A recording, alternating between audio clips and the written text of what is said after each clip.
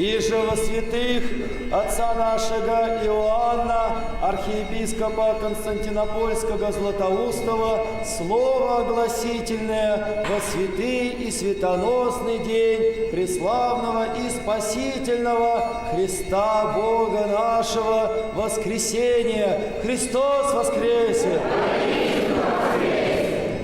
Аще кто благочестив и боголюбив, да насладится сего доброго и светлого торжества.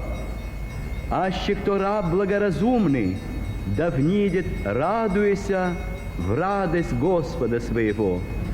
Аще кто потрудися... Вот уже 1500 лет во всех храмах православного мира звучит в день светлого Христова воскресения вдохновенное слово огласительное святителя Иоанна Златоуста. Жизнь его и теперь для всех нас пример подлинного смирения, терпения и любви.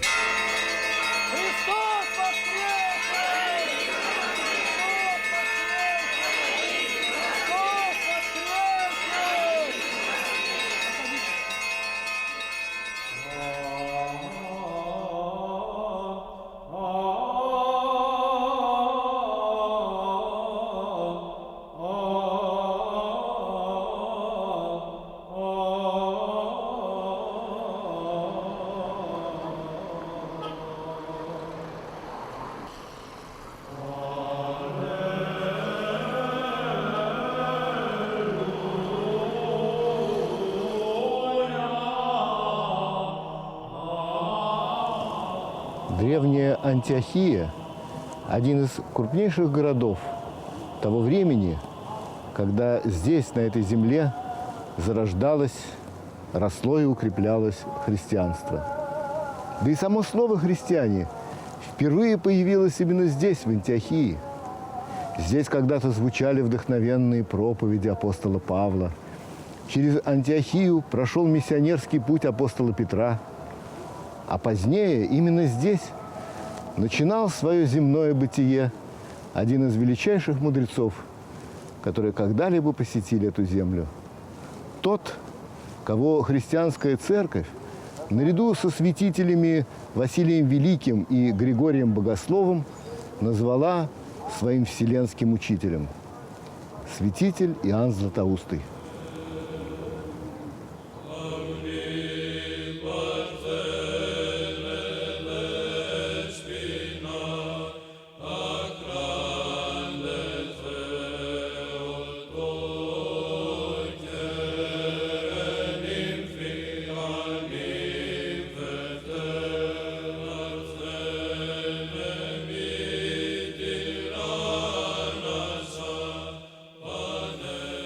Будущий святитель родился здесь, в Антиохии, около 347 года. Точнее сказать трудно. Это самая середина IV века. И сколько времени прошло, и сколько унесли эти ушедшие времена.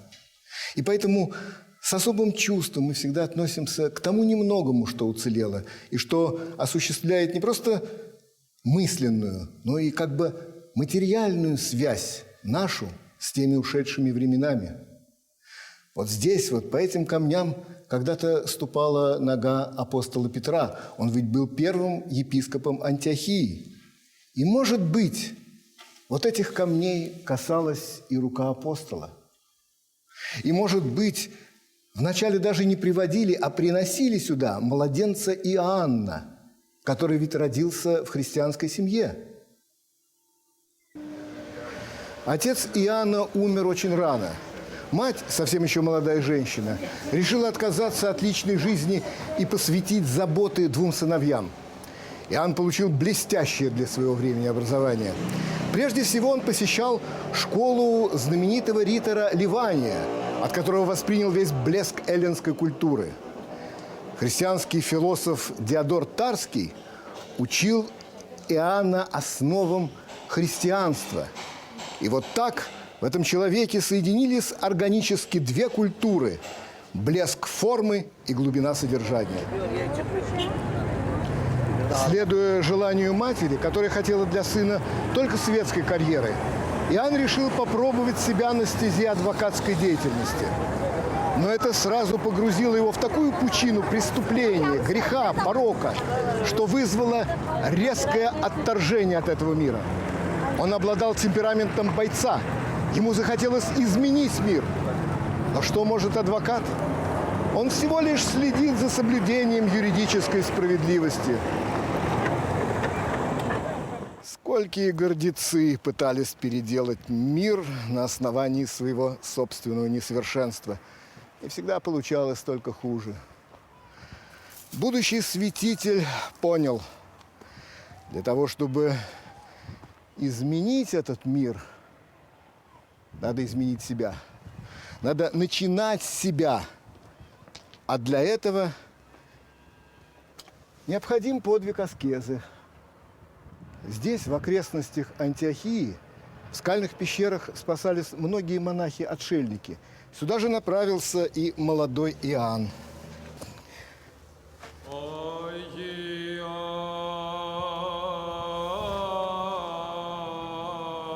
Уход от мира был для него не целью, а средством. Средством духовного самосовершенствования, для того, чтобы вернуться в мир и попытаться исправить его. И вот здесь 2 года он провел в уединении, во внутреннем созерцании, в изучении Писания и в абсолютном молчании.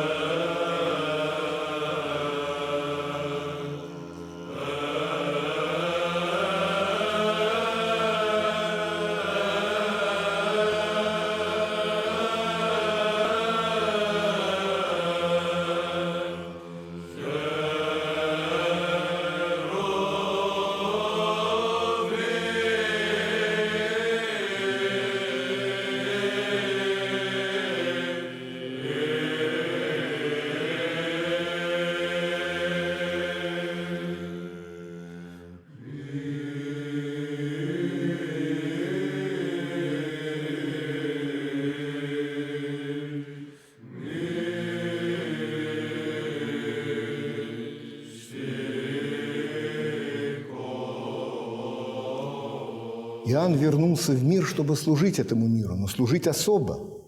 Очень скоро его рукополагают в диаконы, а затем и во священники. А он уже глубоко продумал, что такое быть священником. Он написал свои знаменитые 6 слов о священстве. Это выдающийся памятник пасторского богословия, в котором раскрывается это высокое понятие. Что значит быть священником?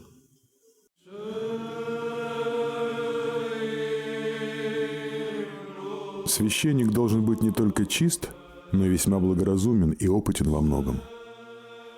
Знать все житейское, не менее обращающихся в мире, и быть свободным от всего, более монахов, живущих в горах. Должен быть многосторонним.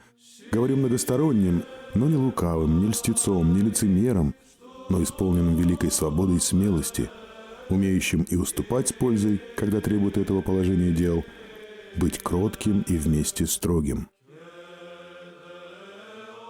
Иоанн понимал, что власть священника – это власть особая. Царь принуждает, а священник убеждает, говорил он. Поэтому священник не должен использовать силу, а прежде всего смирение свое являть. И в этом отношении прообразом становится сам Христос Спаситель. Побеждает Христос распятый, а не распинающий. Слово проповеди стало основой пасторского служения Иоанна. Обычно 2 раза в неделю вот здесь, на возвышении, перед алтарем ставили кресло. Проповедник садился в это кресло, а слушающие обступали его. И он вел с ними как бы задушевную беседу. Вообще, в древности ораторское искусство очень ценилось.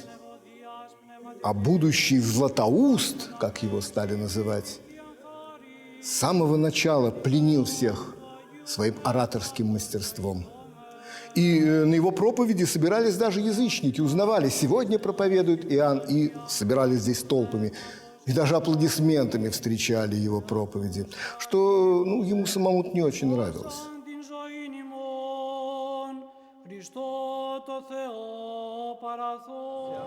В своих проповедях Иоанн выступает прежде всего как строгий моралист. Он ведь рано понял, для того, чтобы изменить мир, нужно воздействовать на внутреннего человека. Нужно изменить нравственное состояние человека и общества. А они, к сожалению, еще далеки от совершенства. Он с горечью видел, что особенно христиане не соответствуют своему высокому предназначению. Он говорил: если бы мы были таковы, как требует того от нас вера, весь мир бы стал христианским. Но этого нет. И поэтому он строго, сурово обличает все пороки современного ему мира. Иоанн был необычайно строг, даже суров в своих обличениях. Но он никогда не оставлял своих слушателей без надежды. Ты грешник? Не отчаивайся. Я не перестану снабжать вас врачеваниями, ибо знаю, какое оружие против дьявола. Не отчаиваться. Если ты во грехах, не отчаивайся, и я никогда не перестану повторять. Если грешишь каждый день, то и кайся каждый день. Ты застарел во грехах. Обнови себя покаянием. Но можно ли, спросишь ты, покаянием достигнуть спасения? Конечно, можно. Если всю жизнь свою провел в грехах и принесу покаяние, спасусь ли? Конечно, спасешься, ибо милосердие Божие неизмеримо, и благость Его неизреченна. Зло, каково бы оно ни было, есть зло человеческое и потому ограниченное, а прощающее милосердие есть Божие и потому бесконечное. Представь себе искру, падающую в море. Может ли она оставаться там или быть видимой? Что искра перед морем, то и зло человеческое перед благодатью Божией. И даже не настолько, но благость гораздо больше. Море, как оно невелико, имеет пределы, а благость Божия не имеет границ.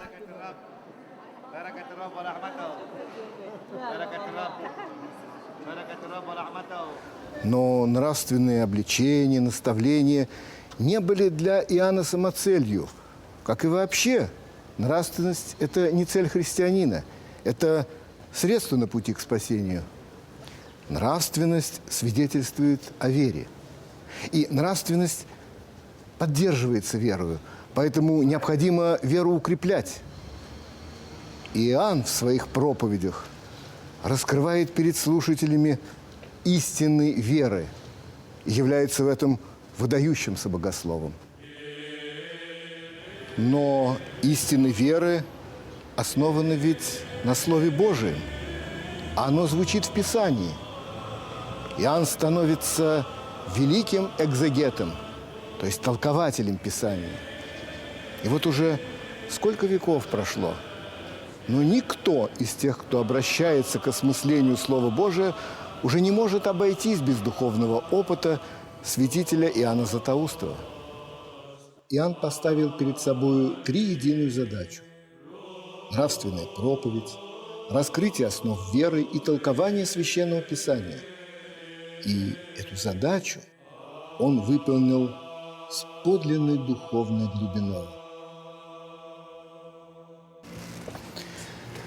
12 лет пресвитерского служения Иоанна в Антиохии сделали его имя известным во всем христианском мире.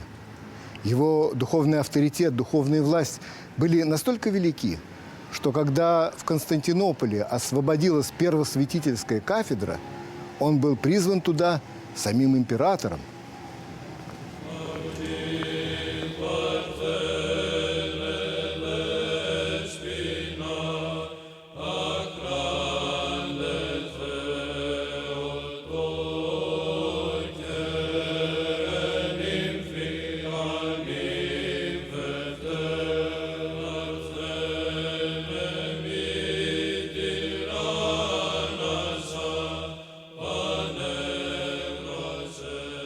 Знаменитый Константинопольский храм Святой Софии более поздний по отношению ко времени святителя.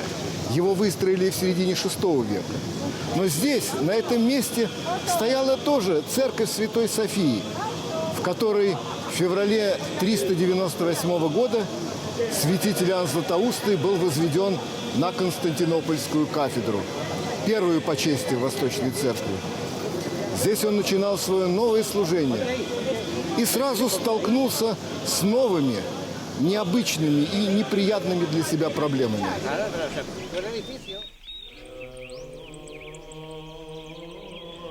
Первые века христианства – это ведь, помимо всего прочего, и эпоха смены культур.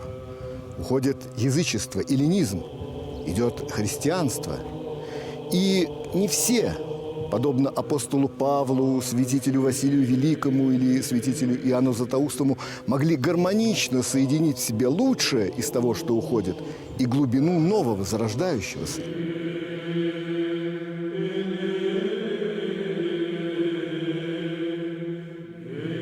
Многие христиане уходили в крайность аскезы, становились отшельниками, напрочь отвергая все прошлое.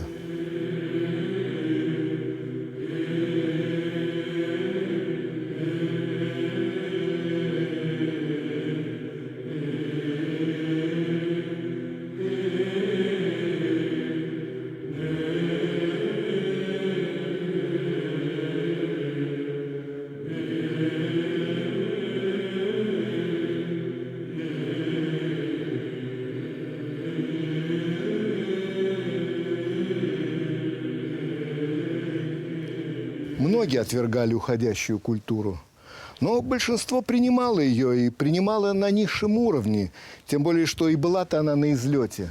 Высокий эллинизм остался в прошлом, а на его обломках процветала культура греха и порока.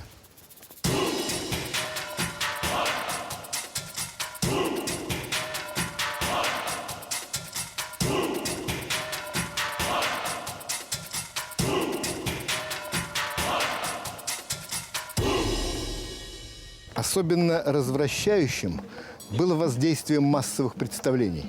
Прежде всего, театра.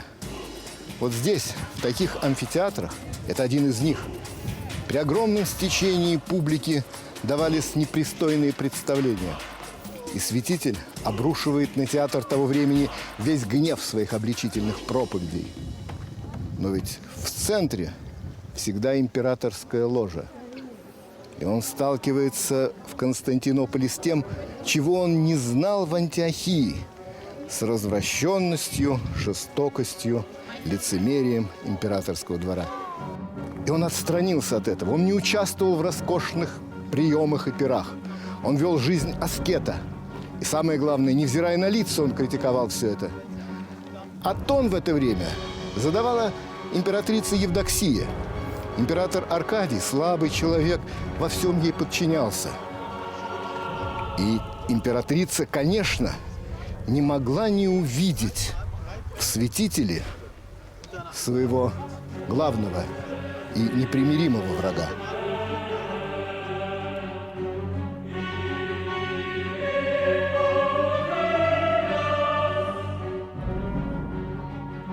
Нашлось много врагов и помимо императорского двора.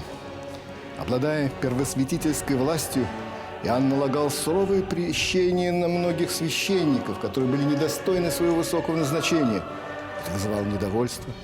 В Константинополе было еще очень много еретиков, особенно ариан. Да, конечно, они были повержены на Вселенском соборе, но многие не смирились, были очень активны. Он вел с ними борьбу, и они увидели в нем своего непримиримого врага. Он занимался, как и прежде в Антиохии, щедрой благотворительностью. Это вызывало подозрения, недовольство у многих. И вообще он изменил все нравы. Вот приехал к нему в гости некий епископ, ожидал торжественного приема, богатой трапезы. А аскет Иоанн, встретил его очень скромно. Епископ обиделся. И вот так вот все эти люди, в конце концов, объединились вокруг царицы Евдоксии и начали свои активные действия. Прежде всего, они прибегли к испытанному способу – клевете, руководствуясь циничным принципом: клевещите, что-нибудь достанется, кто-нибудь да поверит. И ведь верили, особенно где-то далеко. Дошел слух. Поди, проверь.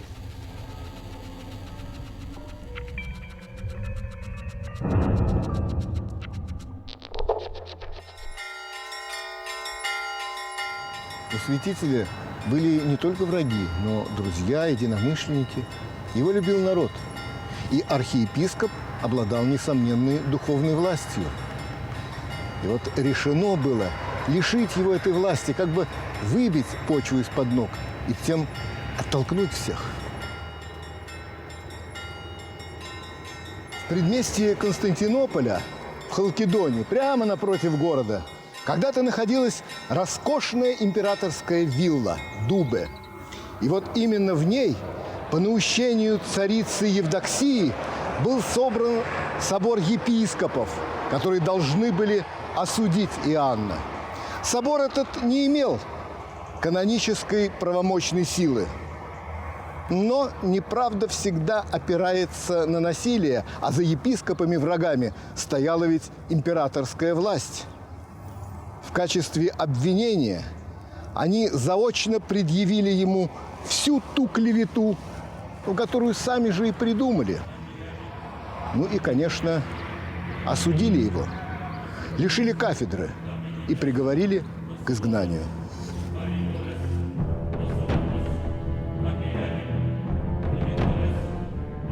Знаете ли вы, возлюбленные братья, за что хотят погубить меня? За то, что я не приказывал слать перед собой богатых ковров, что никогда не хотел я одеваться в золотую и шелковую одежду, что я не унизился до того, чтобы удовлетворять жадность этих людей и не держал стола, открытого для них.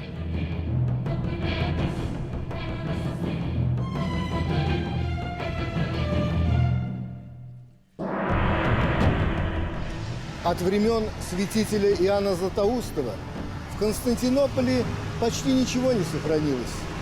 Но вот здесь, среди этого шумного современного города, тихо стоят стены, которые были сложены еще святым равноапостольным императором Константином Великим.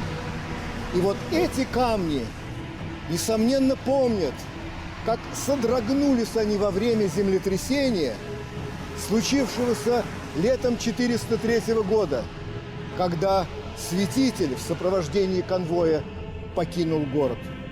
Народом это было воспринято как знак Божьего гнева. Начались волнения.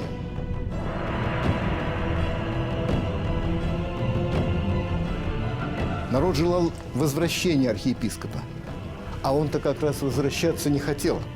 Он требовал созыва собора, канонически правомочного, для восстановления справедливости. Но для этого созыва требовалось время, а волнения продолжались. Император, по сути, заставил Иоанна вернуться. Однако ведь нравы-то при дворе не справились. Императрице пришла в голову мысль поставить везде собственные статуи, чтобы им поклонялись. Это не могло оставить Иоанна равнодушным. Все противоречия обострились. И затаившиеся было враги вновь подняли голову. Святителя обвинили в том, что он самовольно покинул ссылку и вернулся на кафедру, которой был лишен. А император малодушно промолчал и тем как бы подтвердил обвинение. 5 июня 404 года, в день Святой Пятидесятницы, святитель отслужил свою последнюю литургию в Софийском соборе и простился с народом.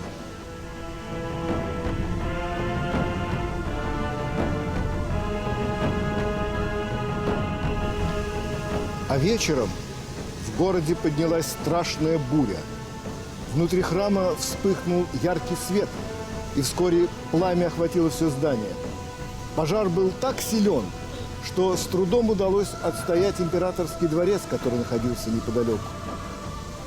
Если судить по описаниям, то можно предположить, что это была шаровая молния. И не был ли это новый знак свыше? Однако в то время не нашли ничего остроумнее, чем обвинить самого святителя в поджоге храма. Участь его была предрешена.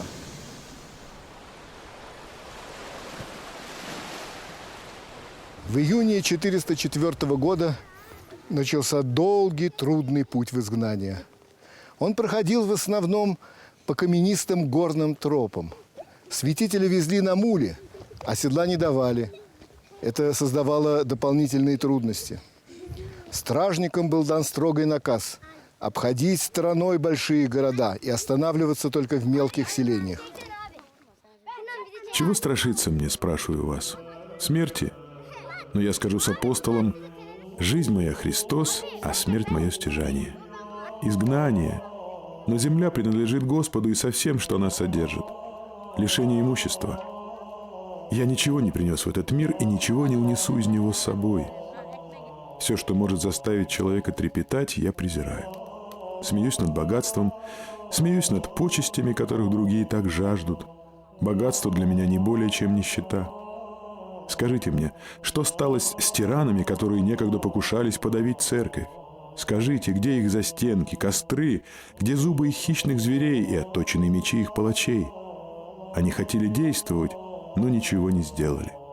А церковь? Она блистает светлее солнца во всей вселенной.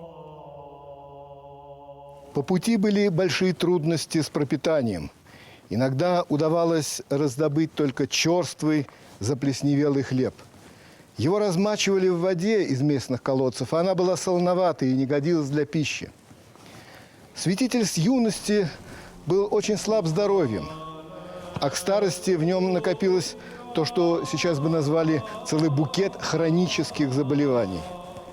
И поэтому условия пути поставили его на грань жизни и смерти.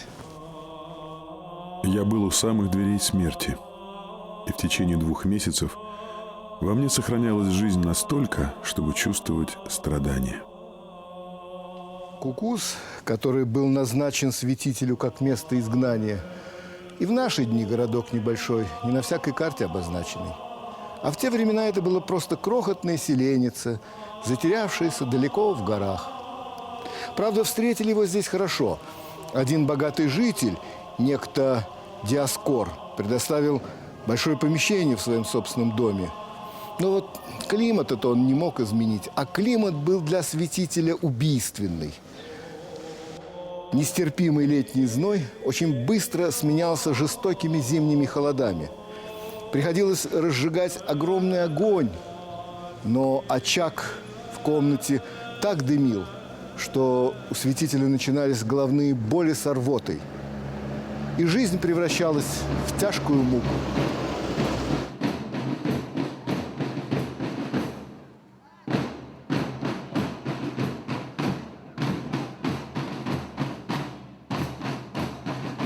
К прежним бедам добавилась и новая напасть. В окрестностях появились банды исаврян. Это такой разбойничий народ, который промышлял грабежом, убийствами, захватами людей для продажи в рабство. И защищаться от них было почти невозможно, потому что нельзя было предугадать, откуда они нападут. Кукуз был почти не защищен. И поэтому многие его жители пытались укрыться за стенами Аравийской крепости, которая находилась неподалеку. И сюда же привезли святителя Иоанна. Города этого округа обращаются в пустыни, а леса – в странствующие города, постоянно меняющие свои места, потому что блуждающее население не знает, где ему остановиться. Куда ни оглянешься, везде видишь потоки крови, разрушенные дома, разоренные деревни.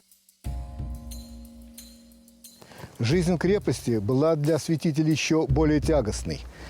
К невыносимому холоду добавился голод при общей стесненности существования. А исавряне не оставляли крепость в покое. И святитель поистине чудом избежал смерти от руки этих бандитов.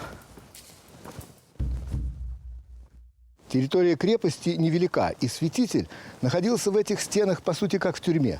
И тем более поражаешься его деятельной энергией. Он уже не чувствует себя одиноким. Сюда к нему пробираются, часто с риском для жизни, его друзья, единомышленники. Он организовывает грандиозные миссионерские проекты. Он думает обратить в христианство Персию. Он хочет укрепить церковь готов и в Финикии.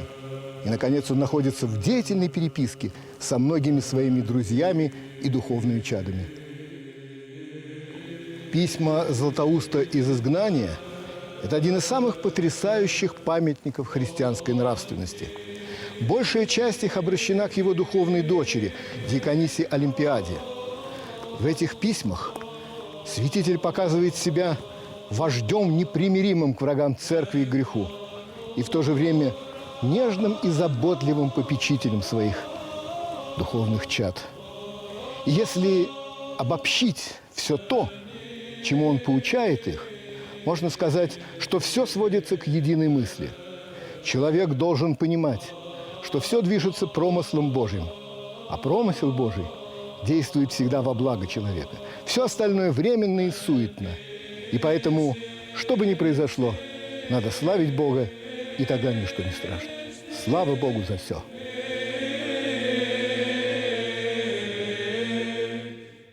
Случилось хорошее – благословляй Бога, и хорошее останется.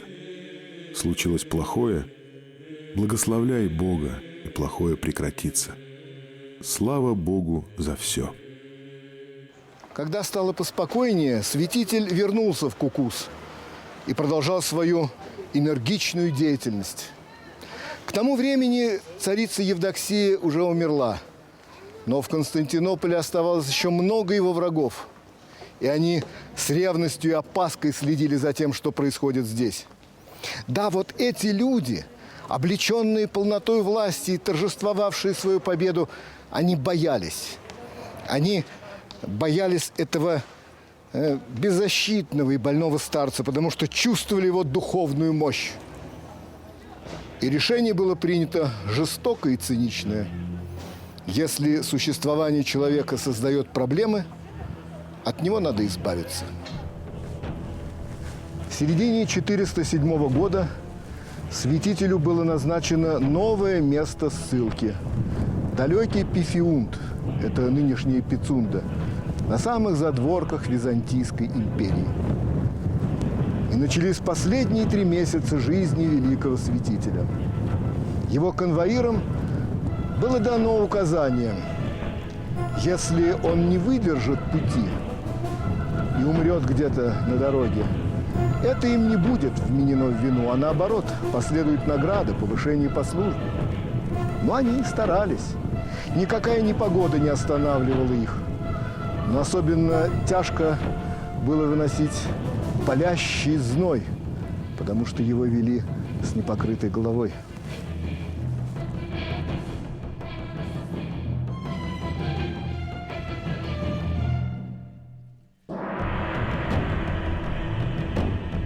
Христос со мною, чего я устрашусь? Его Евангелие в руках моих посох, на который я опираюсь. Вот где мое прибежище, вот мирная пристань души моей. Бури на меня воздвигнутые, море на меня низвергнутое, неистовство государей и сильных мира – все это для меня не более паутины.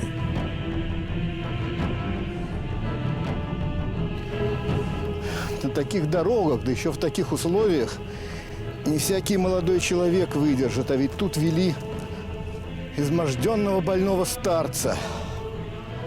Как он выдержал 3 месяца этого пути?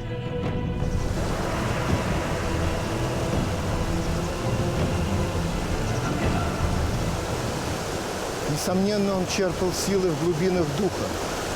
Он шел и славил Творца.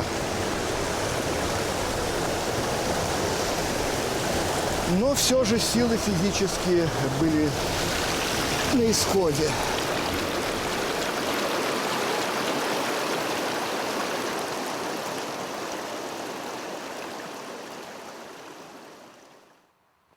В середине сентября 407 года святитель и его конвоиры добрались до селения Каман в Абхазии. Он просил остановиться здесь подольше, потому что не мог уже идти. Но они были неумолимы. После небольшого отдыха пришлось продолжить путь. Но вскоре они увидели, что он действительно идти не может.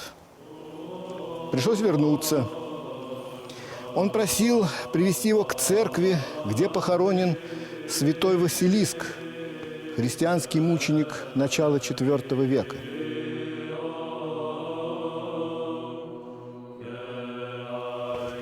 Именно святой Василиск явился накануне во сне святителю и предсказал, что они скоро соединятся в вечности.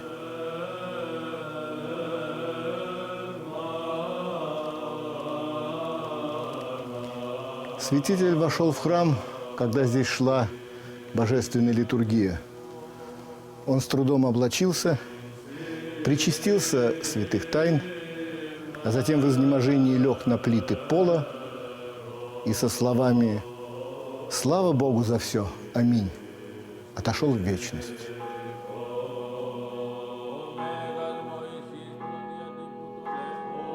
Те жестокие конвоиры, конечно, получили свою награду в этой временной земной жизни. Но вот что ждало их в вечности, об этом страшно подумать. Святитель же обрел в вечности ту великую славу, отцвет которой освещает всю жизнь нашей церкви до скончания времен.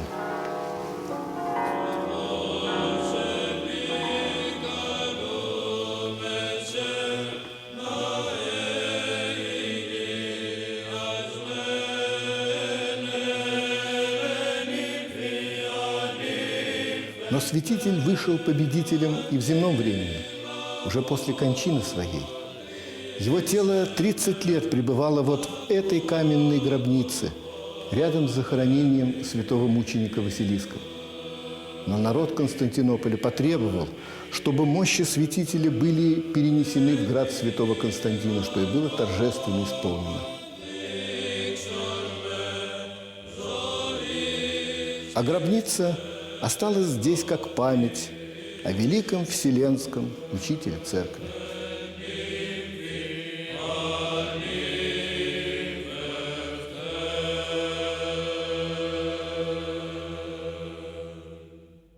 Где твоя смерти жало?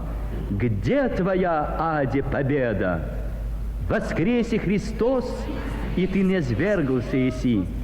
Воскресе Христос, и подоше демоны. Воскресе Христос, и радуются ангели. Воскресе Христос, и жизнь жительствует. Воскресе Христос, и мертвый не един во гробе. Христос, бо восстав от мертвых, начаток усопших быть, тому слава и держава во веки веков. Аминь.